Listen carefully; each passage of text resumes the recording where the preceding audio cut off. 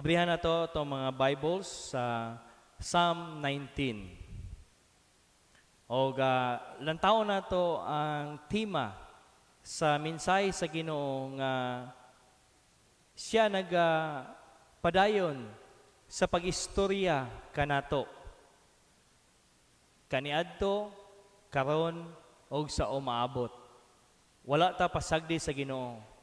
Iya kitang istorya sa pamaaging makaangkon ta og hingpit nga kalipay og kalinaw. Usa sa pinakadako nga problema sa tao dili tungod kay ang Ginoo nagpakahilom, kundili tungod kay dili kita maminaw.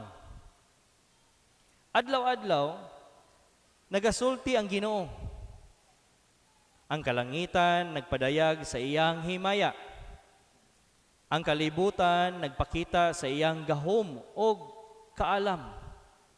Apan bisan pa, daghan gihapon ang nagkinabuhi nga murag wala gyud siya'y pagtagad sa Ginoo. Apan adunay mas lawom nga problema. Dili lang kay wala kita nakadungog, kundili bisan pa nakadungog, nakakita. Apan dili nato gakasabtan ang pulong sa Ginoo. Mao na nga naibal-an nato tungod kana kay nga atong kasing-kasing matiga.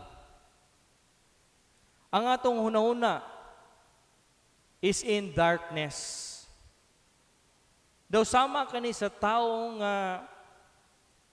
naimata, pero di siya kita. Or daw sama kani sa tao nga nakatulog, but sa pagpukaw sa iyaha, nagadumili nga mo mata. In other words, nagpakatulog-tulog siya. Mata siya, pero nagpakatulog-tulog siya, pero dili siya magpapukaw.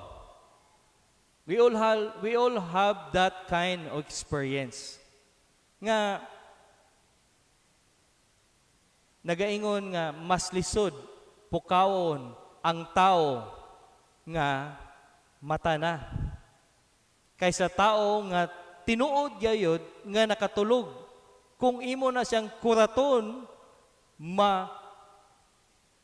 mapukaw na siya gikan sa iyang pagkatulog.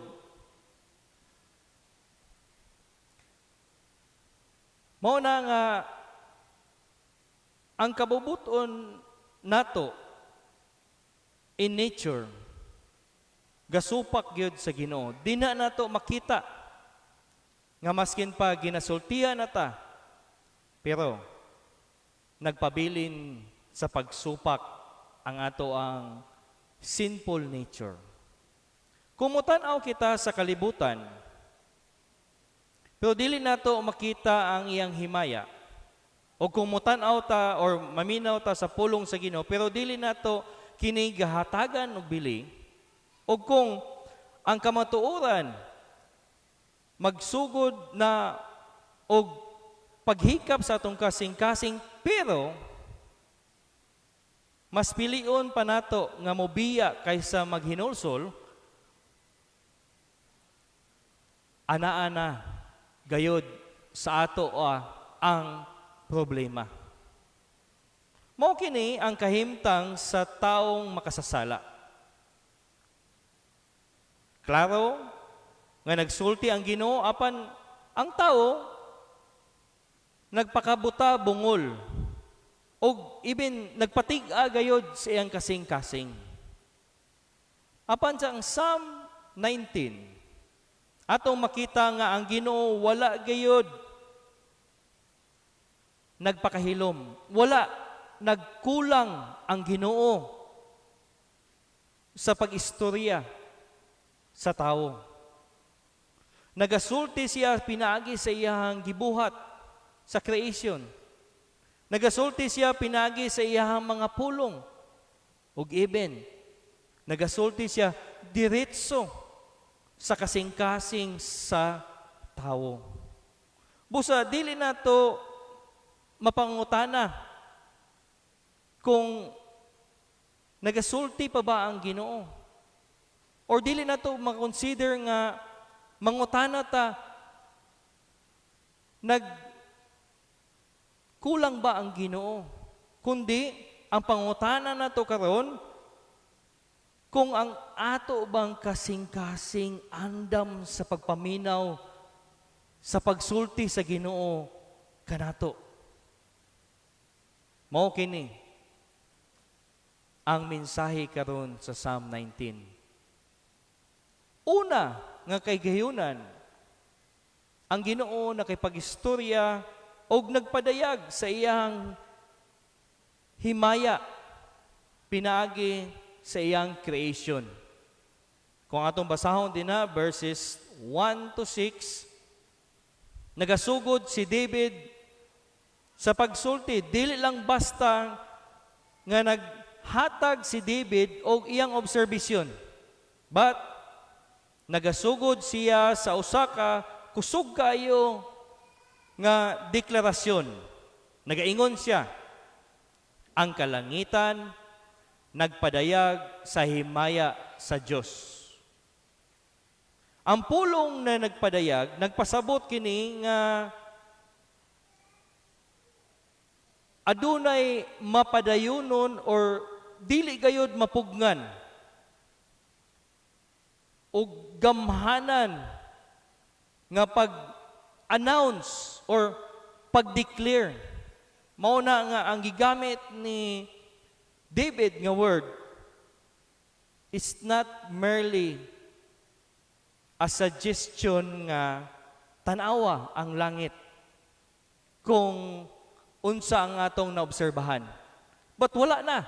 Diretso, nag-ingon si David, ang kalangitan, ang creation in general, naga-declare sa glory sa Ginoo. Ato ning makumpara sa usa ka hari na nagpamantala sa iyang balaod nga kinanhanlan gayod nga dunggon sa tanan. Mao kini ang idea nga convey ni David nga ang sovereign nga pag-declare ang Ginoo mismo. Siya ang nagpahayag sa iyang kaugalingon pinaagi sa creation. Kaning tanan nga makita nato karon dinhi. Dili ni usa ka pagpamahayag nga hilom. Dili kini ginatago nga mensahe, kundili usa kini ka klaro kayo nga galanog-lanog na daw sama sa kilat nga madunggan gayud nato ang pagbutho niini.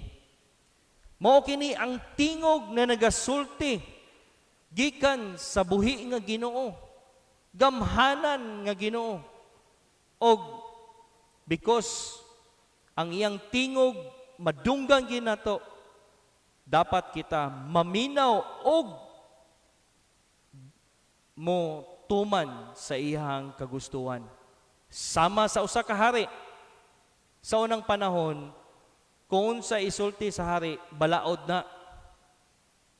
Dili naman kayo popular ang monarchy karon sa ato ang generation, but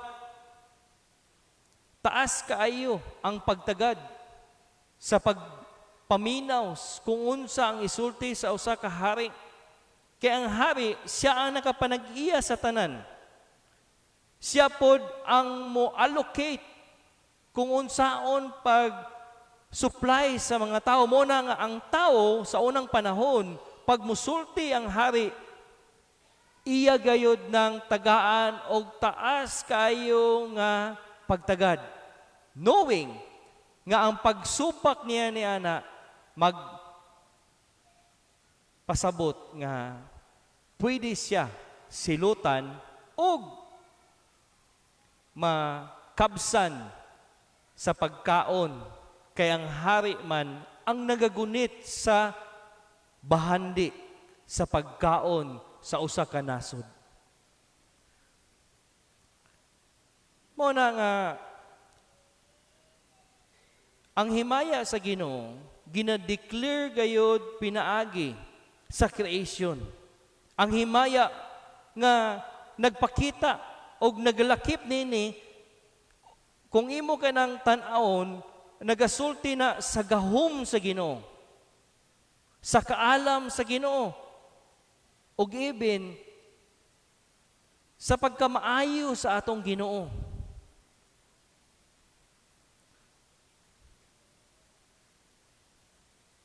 Sa kadako sa langit o sa universe, makita nato nga infinite o walay kutob ang gahom sa Ginoo. Muna nga, ga-declare na sa gahom sa Ginoo, kay walay maskin isa kadato or even ka-bright nga tao nga makabuhat niini.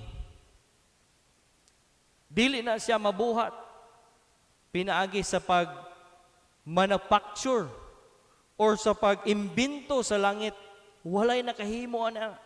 Muna nga masabta nato nga kung nakita nato ang langit isara nahitabo nga naana din ha o kanitanan nga creation tungod sa gahom sa Ginoo. Mao nga nagasulti ang pulong niya nga ang tanan gibuhat sa Ginoo out of nothing. Kaya nagpakita ka na nga ang Ginoo ra ang pwede mo himo sa usa ka butang out of nothing. Kita nga tao, pwede man ta mo imbento or mo manufacture og usa ka butang, pero gagamit ta og mga materyales. Ang Ginoo dili. Wala. Gahom sa Ginoo, pagsulti niya gikan sa iyang mga baba, nitungha ang kahayag. Og ang tanan nga ato makita dinhi gihimo niya maskin ang tao kita. Gihimo sa Ginoo pinagi sa iyahang gahom. Now, ang pagkahanay og even organisado kayo nga pagbuhat sa Ginoo sa mga mananap, sa katubigan, sa kayutaan, sa mga tanom, makita nato nga adunay lawom kaayo nga wisdom og kahibalo ni ana, og ang tao dili pwede makahimo ni ana. Maskin pa gani kung mo study ang usa ka scientist sa parts sa usa ka tawo, aduna pagyapoy mga misteryoso nga mga butang og dili masabtan sa tao. Maskin karon usa sa mga example, ang tao adunay appendix. Pero nganong pag-operahan ka, moingon man ang doktor, kuhaan na lang ng appendix. I-appeal na lang nato pagkuha ang imong appendix. Og makapangutan na tanga no man, Dok. Kay murag wa may pulos ng appendix. Adunay mga certain pagyapon, maskin pag bright kay ang tao, dili na to matugkad ang kaalam. Di na to masabdan. Pero ga-declare ang creation sa Ginoo. Ang atong lawas ga-declare nga ang Ginoo siya lang ang nailawom kaayo nga kaalam o kahibalo sa tanan nga iyang gibuhat. Mao na nga diretso David nagasulti, naga-declare ang creation sa Ginoo sa iyang himaya. Himaya nga makita nato sa ikatulong nga butang nga ang iyang kahimayaan, nakita nato ang iyang kaayo usab. Ang kanindot sa iyang kaayo, ang iyang pagbuhat, ang paghatag ka nato sa adlaw-adlaw nato nga mga panghinalanon. Mo na nga si Psalmist David nagaingon nga, tanawang adlaw. Nagahatag siya og kahayag kanato. Tanawa ang ulan, nagahatag siya og kinabuhi kanato. Makita nato dinha nga maayo gayud ang Ginoo alang sa tanan. Even sa Psalm 147 nagaingon siya, siya ang nagpakaon even to the wild beasts. Nagaingon siya sa Matthew chapter 6, nganong mabalaka man ka nga ang Ginoo manggani ang nagpasanina sa lily of sa mga bulak. Og nagaingon siya, ako manggani ang nagpakaon sa mga langgam. How much more nga ikaw nga akong kaanak. So, ang gibuhat sa Ginoo dinhi sa kalibutan, nagpakita kani kanato sa iyang pagkamaayo. Mao kana ang iyang glory, ang iyang gahom, ang iyang wisdom nga dili nato matugkad, ang iyang pagkamaayo. Maskin pag moingon ta nga ang kalibutan dapat na gid ni silutan kay daghan na kayo og daotan, pero maayo pagyapon ang Ginoo. That's His glory. Glory kana nga dili matugkad. Gig-declare kana sa creation sa Ginoo. Nagasalamin og nagapakita kini sa kinaiya sa Ginoo. Busa matagtanaw nato sa kalibutan sa tanan nga gibuhat sa Ginoo dinhi sa iyang creation, nagawali kini o nagamensahe kani may tungod sa Ginoo. Nagatag si David og usa ka ilustrasyon. Nagaingon siya din nga ang kalangitan sama kani sa usa ka magwawali. Nga walay dili gayud siya gakakapoy nga magasangyaw adlaw-adlaw o gabii. Walay hunong, walay pahulay. Bisan man gani nga dili nato madunggan literally nga naitingog gawali ang kaning creation sa Ginoo, but ang mensahe niini nakaabot gyud sa tibok kalibutan. Ilabi na ang paghulagway niya sa usa ka adlaw nga sama sa usa ka bridegroom. Nagaingon siya din nga daw sama kani sa usa ka bridegroom nga nagasangyaw nga magmalipayon nga mugawas. Diba, ang usa ka tawo nga minyuonon, naamang gid siya sa panahon sa iyang kinabuhi, nga gakalipay siya, daw sama sa ingana ang creation sa Ginoo, nagasangyaw. Verse 5, naingon siya, which is as a bridegroom coming out of his chamber. Ang creation sa Ginoo, gigamit sa Ginoo, nga gauros-uros ang kalipay ana. And rejoiceth as a strong man to run a race. Gihulagway ni David sa usa ka hunon, no, bridegroom, og sama sa usa ka kusgan nga tawo nga mudagan siya sa lumba nga wala gayoy pagundang. Kay gakalipay siya. Dili siya muundang nga mayon na time sa maunong nako. Daw sama siya sa usa ka strong man nga nagadagan sa lumba, nga sa iyang pagdagan instead sa kakapoy ang kalipay ang iyang nakita. Mao kini ang creation sa Ginoo. Gakalipay sa pagsangyaw sa himaya sa Ginoo. Ya pag yung illustrate din o nagapadayon si David. Nagingon siya nga ang kahayag o ang kainit sa adlaw makaabot sa tanan. Walay makalikay niini. Mausab ang mensahe sa creation. Universal o klaro kayo o dili nato malikayan nga ang Ginoo nagpadayag sa iyang kaugalingon sa pamaagi nga walay tao nga makaingon nga wala siya nakadungog o nakakita sa Ginoo. Now, sa dinhi pa ko sa Pilipinas, wala pa ko nakaadto sa laing lugar. Magtanaw ko sa kaning stars o moon sa constellation sa kakabihon dinhi sa Pilipinas. Mayon ko nga, unsa ba kahapon ang itsura ani dito sa laing lugar? Pareho ba kagyapon? Now, Niadto ko dito sa Canada. Na mga panahon nga clear kayo, nindot kita naon ang bulan. Ug makaingon ko nga bulan mangyapon. Star mangyapon ang ako makita. Pareho ra mangyapon nga mga constellation or group of kaning arrangement sa kaning stars ug moon. Pareho ra gyapon. Ingon ko nga dinhi tingali murag dili kay ko kita og kahayag kay sige ra mag-snow dito. Mao ra mangyapon. Ang adlaw busikad ra mangyapon og nagpakita sa iyang kahayag daw sama sa ingana. Maskin asa ta nga suok dinhi sa kalibutan, maskin asa ta mong adto, walay makalikay sa toa sa pagpamahayag sa creation sa Ginoo nga magpakita nga adunay Ginoo og ginadeklara niya ang iyang himaya. Apan,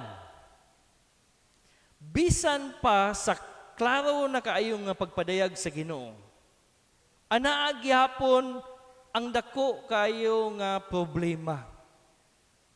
Dili tanan nakakita og makasabot niini. Ang isyo dili kakulangon sa kahayag sa adlaw or ang pagpadayag sa Ginoo sa iyang kauglingon, dili din na ang isyo. Kundili ang kakulangon sa pagsabot nga ang Ginoo gadeklara na niya niini. Og simple ra ang tubag nini. Ngano? Tungod sa sala. Ang tao spiritually gitawag ta og blind og bungol.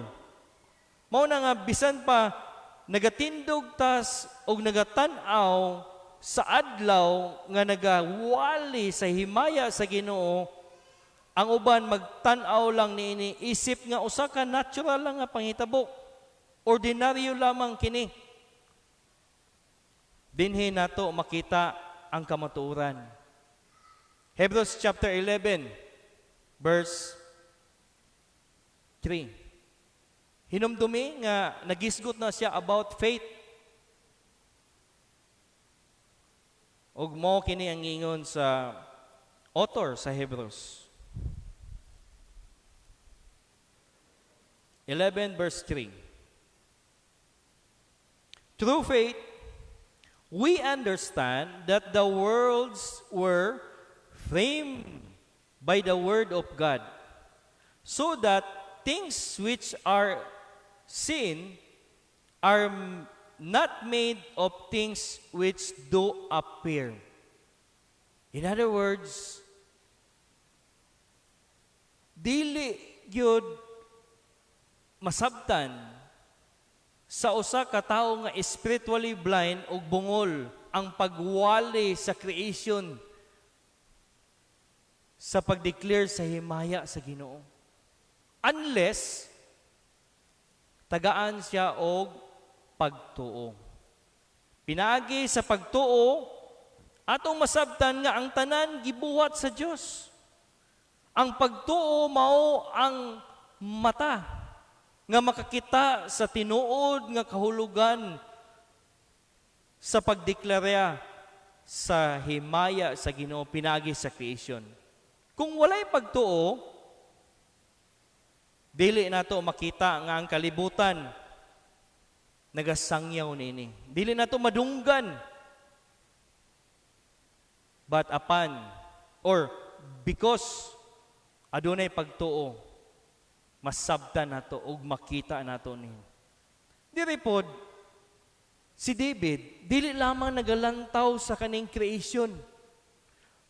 But si David nagalantaw o ginakonektar niya si Kristo Jesus. Mo na mo ingon ta sa Psalm 19, nindot baka ni kantahon nga wala man gyud tay makita niini nga pulong nga Hesukristo. Wala man gyud ni naghisgot kang Hesukristo. But naibalo si David, mao na nga gi-appeal niya kini. Gitawag kani a psalm of David. Kung tanaw nimo din sa inscription niya siya, to the chief musicians. Murabag, sama ba sa gidala ni David ang iyang gisulat nga mag-warning sa tanan o magpahinumdum sa tanan nga lantaw na to ang creation na gibuhat sa Ginoo o dapat na to kantahon kini kay gihatag man ni David to the chief musician.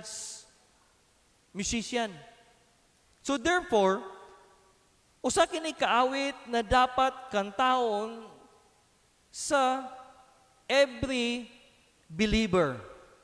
Magtotoo sa Ginoo. But magtotoo sab kang Kristo. Mo na nga si David, giapil niya kini because he knows nga adunay koneksyon sa kaning psalm nga iyang gisulat through the inspiration of the Holy Spirit. Alang masabda nato karon dinhi in a written form, nagpakita kini kang Hesukristo. Ang pagpadayag sa creation nagdala nato ngadto kang Kristo Jesus. Ang Biblia nagatudlo nga ang tanan nga butang gibuhat pinaagi kaniya. Ephesians nagasulti din na gibuhat kani para kaniya, gibuhat kani ngadto kaniya o gibuhat niya gibuhat ni Kristo ang tanan. Nga mo na nga busa ang kalangitan o ang tanan nga creation makita nato nga adlaw-adlaw. So sa panahon nga musubang ang adlaw o musubang ang adlaw o sunset, may bala na to nga si Kristo mao ang nagagunit nini o ang nagabuot nini. Siya ang nagagovern nini. Siya ang nagakontrol ani sa suga, sa kahayag nga makita nato. Si Kristo mao ang naigahom. So dili lang kani ebidensya nga naay Dios, kundi ebidensya kani nga si Kristo mao gayud ang mangbubuhat o ang source sa tanan, o siya mao ang nagakontrol sa tanan. Apan, kung ang Ginoo nagasulta pinaagi sa creation, o kung si Kristo gipakita na niini, o kung ikaw dili pagayud maminaw nini og mutuo nga imong pasalamatan o angay nimong daygon siya sa iyang gibuhat ni klaro kayo nga ania kanato ang sayop. Dili sa Ginoo. Dili kang Kristo. Si Kristo nagpakita nga siya lamang ang makakontrol sa weather. One time, naa siya kauban sa iyang mga disipulo, nakatagbo sila og storm. Og tanawa, iyang gipahapsay, iyang gipaundang ang bagyo, ang storm. Og nakapangutana sila, kinsa man kini nga makapaundang sa bagyo? Kinsa man siya nga naay gahom? Usa lang ang tubag. John chapter 20, nagaingon din na ang tanan nga milagro o ang gibuhat ni Kristo, nagpahibalo nga siya is the Son of God. But dili lang din nag-stop si David.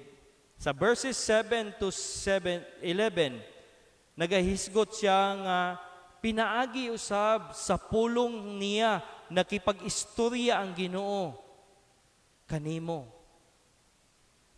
Kung sa unang bahin nga atong gikita na ato nang giisgutan nga ang Ginoo nagpahayag pinaagi sa creation, dinhi sa ikaduhang bahin sa Psalm 19 nagpakita kini kanato nga ang Ginoo nakipagsulti sa mas klaro o mas personal nga pamaagi. Pinaagi sa iyahang pulong. Now si David ni shift siya gikan sa kalangitan niadto siya karon sa kasuguan sa Ginoo. Dili na lang kani usa ka general nga pagpadayag nga makita sa tanan, kundi espesyal kani nga pagpadayag nga nagahatag og kahayag sa kasing-kasing sa usa ka tawo. Ug ang iyang unang giingon, balik ta sa Psalm 19. Sa ikaduhang bahin nini, ningon siya. Verse 7, the law of the Lord is perfect. Nagasugod si David sa pag-ingon nga ang balaod sa Ginoo hingpit, walay kulang, walay sayop, walay diferensya. Kini usa ka pulong nga gikan mismo sa Dios, nga dili mahimong mausab. But dili usab kani dapat supakon sa tao. Gilarawan ni David nga ang pulong sa Ginoo sa unom ka adjectives. Ningon siya dina, hingpit. Ningon siya dina, kasaligan, matarong, putli, limpyo, og matuod ang pulong sa Ginoo. Og matag usa niini, aduna gayoy epekto sa kinabuhi sa tao. Sama sa hingpit nga balaod, nagaingon siya din converts the soul. Ang hingpit nga balaod sa Ginoo nagakonvertar, nagatransform sa kalag sa usa ka tawo. Pag-ingon pod niya dinha nga kasaligan ang pulong sa Ginoo. The testimony of the Lord is sure. Unsay giingon niya dinha? Adunay epekto nga mahimong wise ang usa ka tao nga simple lamang. Mao na nga aduna gyoy change kung ang pulong sa Ginoo madunggan sa usa ka tawo. Nagaingon siya padayon si David, ang statutes of the Lord, verse 8, are right. Nga ang sugo sa Ginoo matarong og nagahatag kani og kalipay sa atong kasing-kasing. Dini na to makita, my brothers and sisters, nga dili lamang putli ang sugo sa Ginoo nga nagahatag ni siya og kahayag sa mata, but ang pulong sa Ginoo dili lang sama sa usa ka impormasyon, but transformasyon ang gayud ang ginadala niini sa usa ka tawo. Now kung ang creation nagpakita kani sa gahom sa Ginoo, ang pulong sa Ginoo nagpahayag sa pamaagi nga mao kini ang kaluwasan. Pamaagi sa kaluwasan sa usa ka tawo. Kay tanan nagisgutan ni David ini, ang pulong sa Ginoo nagabag-o gayud. Dili ni nga mulabay lamang nga walay epekto. Pasig makaingon ta nga okay, nakadungog man lagi na siya sa pulong sa Ginoo, pero wala man lagi epekto. Hulati kay naa gyapon nay epek. Kay ang judgment sa Ginoo is right. Just ang judgment sa Ginoo, ang pulong sa Ginoo maghatod pod og judgment. Mao na nga dili lamang kaluwasan but also condemnation for those nga dili maminaw sa pulong sa Ginoo. Og walay laing pamaagi nga gagamiton ang Ginoo nga maluwas ang usa ka tawo. Si Paul nagaingon sa Romans chapter 10 nga naingon siya na, faith comes from hearing, hearing from the word of God. Now kung ato kining dili tagaan nato ning pagtagad as if nga ginasalikway nato ang kaluwasan na gihatag sa Ginoo. My brothers and sisters in Christ, wala gayod nagkulang ang Ginoo. Mao na nga nagaingon siya dinhi nga ang pulong sa Ginoo daw sama kini sa pure than gold. Usa kani ka butang nga kung maangkon kani sa tao ug madawat kani siya, ningon siya din na verse 10, it is to be desired. Ang pulong sa Ginoo mao kini ang imo ang pinaka kung sa kuan pa pinaka sa taxonomy pa sa kailangan nimo, sa hierarchy sa imo ang needs. Mao kini ang imo ang pinaka kailangan. More to be desired than gold. More to be desired than honey. Mao kini ang usa ka butang nga kung makadawat ang usa ka tawo, iya kaning dawaton sa kalipay o pagpasalamat. Kay mao kini ang naghatag og pag-change sa usa ka tawo nga instead nga mahulog siya didto sa hingpit nga kamatayon, makaangkon siya og kaluwasan og kinabuhing walay katapusan. Now, ang pulong sa Ginoo nagatudlo kanato nga ngadto lamang kang Hesukristo ang hingpit nga pagpadayag sa Dios, or ang hingpit nga pagpadayag sa Dios gibuhat kani ni Hesukristo. Siya mao ang pulong, si Kristo Jesus mao ang pulong nga nahimong unod. John chapter 1 verse 1 o John chapter 1 verse 14. Siya mao ang katumanan sa tanan na kasulatan. Sa Isaiah chapter 7 verse 14, nagahisbot og usa ka word dinha. Nagaingon dinha nga adunay saad nga ang Ginoo through the seed of the woman iyang ipadala ang Emmanuel. Now, amazingly, nindot kaayo kay sa Mateo chapter 1 verse 23, nagahisgot gihapon dinha nga si Kristo ni anhi na.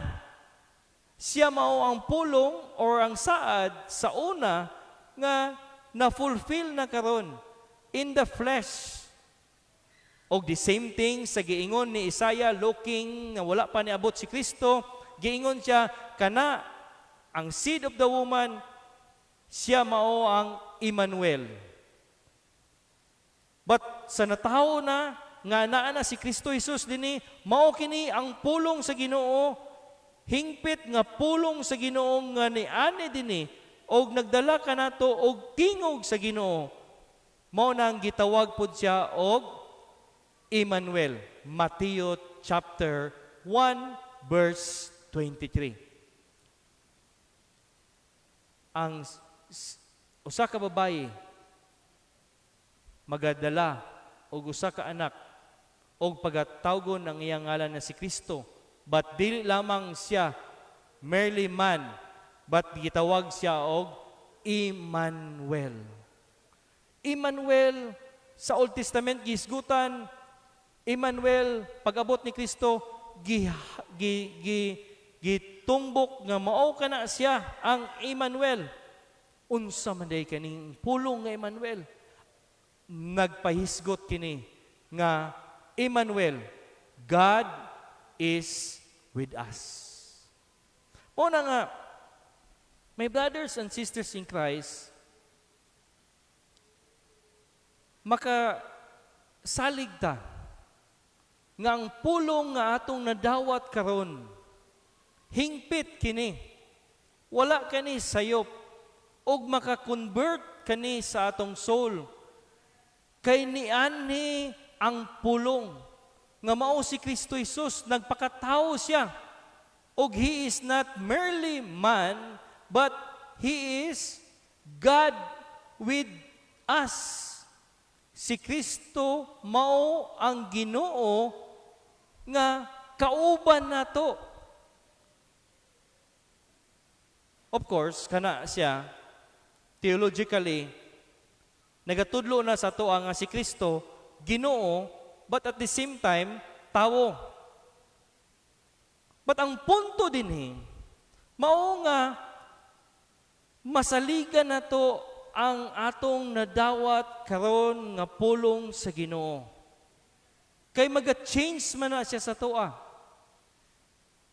If ever adunay mga panahon nga kita hopeless na sa atong kauglingon kung unsaon ba nato gaka-change, unsaon man nato nga dili man lagi nato gakabuhat, gakasunod ang kagustuhan sa Ginoo, hopeless ta, or even ang atong mga loved ones, sige na ito sultian sa pulong sa Ginoo, unya, wala man siya makita na ito nga kabaghuan, hopeless ta ni ana.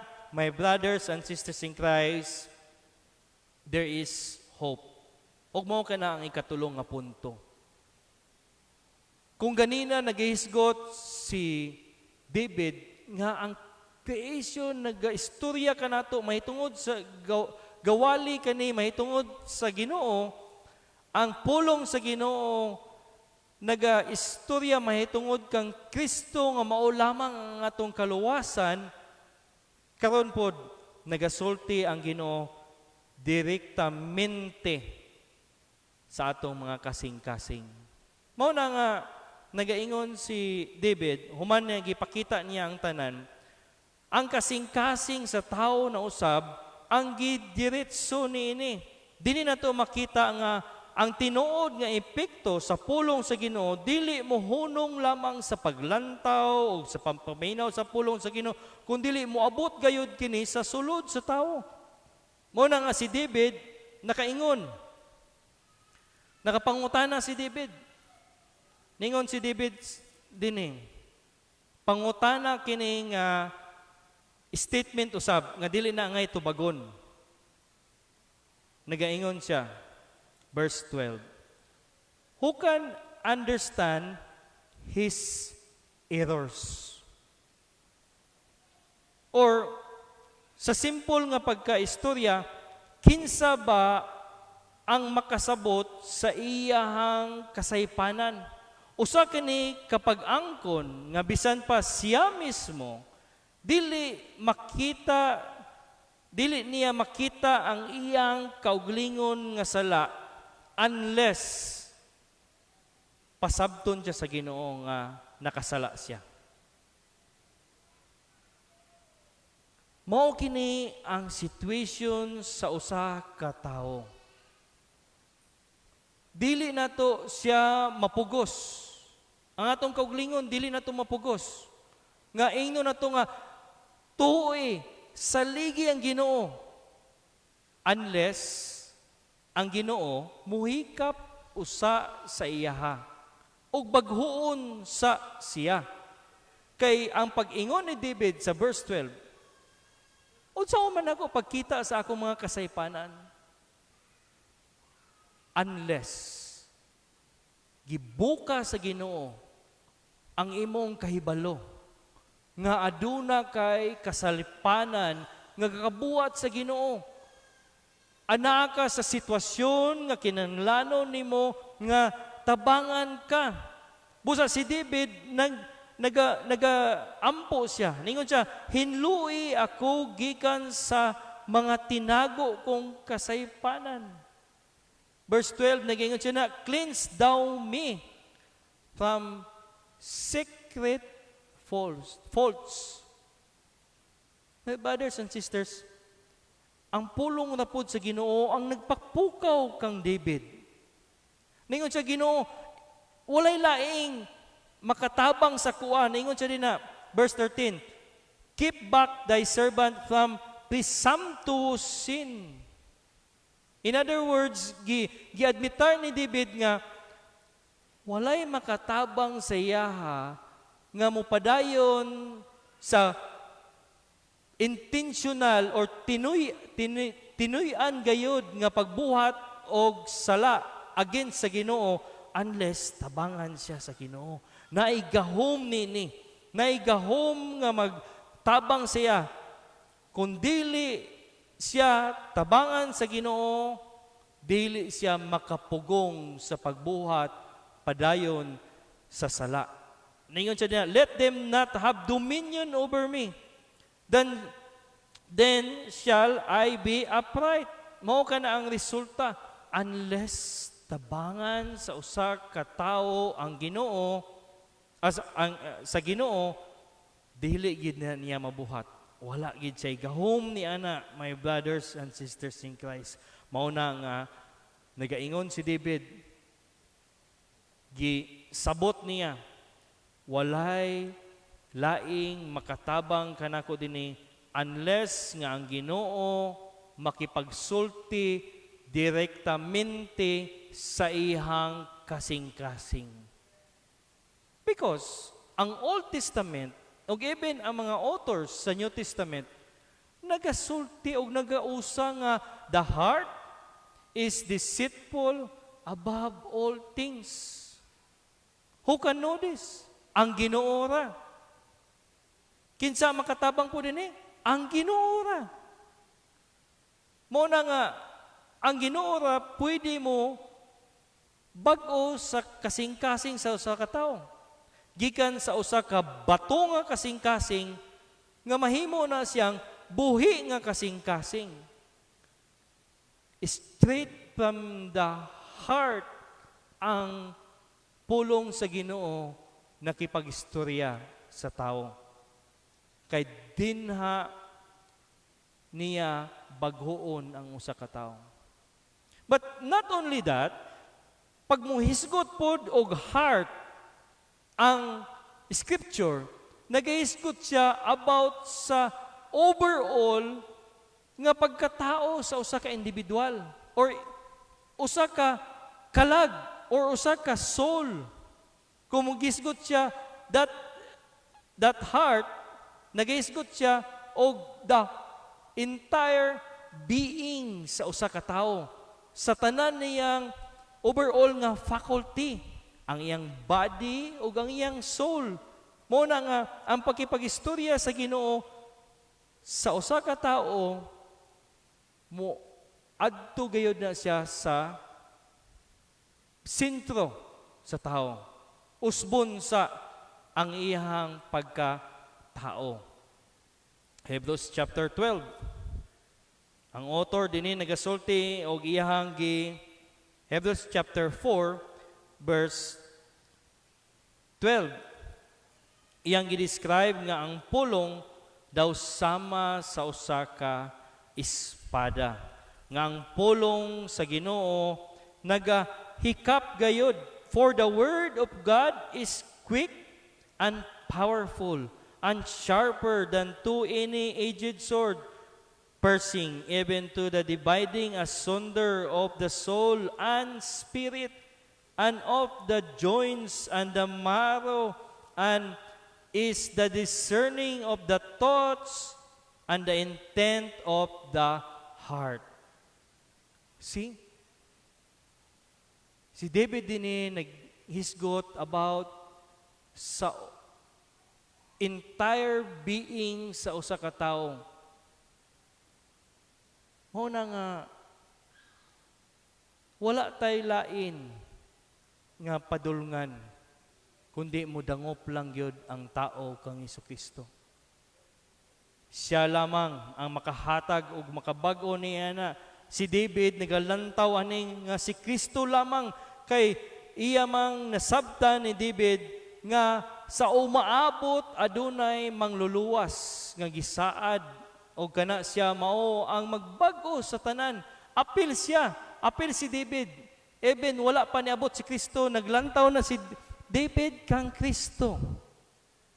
Gilantaw na niya, mo na nga nakita niya nga ang redemption mahitabo lamang kani pinaagi sa pagbayad ni Hesukristo sa iyang dugo dinha sa cross sa Kalbaryo. Ug nahitabo kini. Tinuod gyud kani nahitabo. Mo na nga si Kristo mao ang pulong nga ninaog dinhi og nagasulti karon sa atoa sa atong mga kasing-kasing. Ningon si David sa verse 14, "Let the words of my mouth and meditation of my heart." Ginoo, dili gyud nimo ni madawat kung ako lamang ang musulti sa imuha niini. But nahibalo si David sa paglantaw niya didto sa tabernakulo, kung giunsa sa pagdala sa pari ang usa ka mananap ngadto sa Holy of the Holiest sa pag-offer nini, nga ang usa ka pari naga-represent sa mediator, og nahitabo nga si Kristo mao ang hingpit nga mediator, hingpit nga pari. Mo na nga sa paglantaw ni David didto sa pag-sacrifice, nahibalo siya in his meditation of his heart, nahibalo siya, the glory, the heavens declares the Lord. Ang word sa Ginoo naggisgot about sa akoa o usa ka mangluluwas. Ang heavens nagahisgot that everybody is accountable sa pag-abot sa Ginoo. Walay makaingon nga wala ko kabalo nga naay Ginoo. Or Psalm 14, only the fool can say to his heart that there is no God. But alang sa tuang mga katawan sa Ginoo, dili ra general nga pag-reveal sa Ginoo through His creation, gitagaan ta niya og iyang pulong because His word is salvation for us. Kaluwasan ni alang kanato. Una nga, God speaks to our hearts today, my brothers and sisters in Christ. Ang expected therefore nga response is this: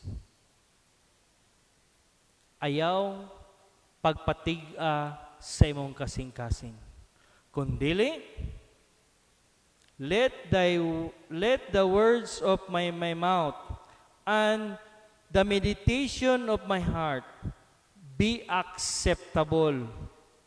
Meaning, i-utter, i-continue sa pagkinabuhi ang paghatag og himaya sa Ginoo.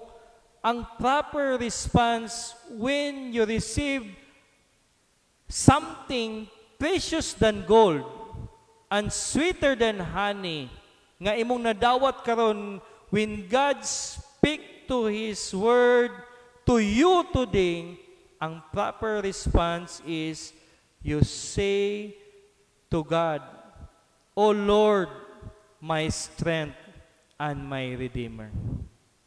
Isa ra, wala na ilain. Amen.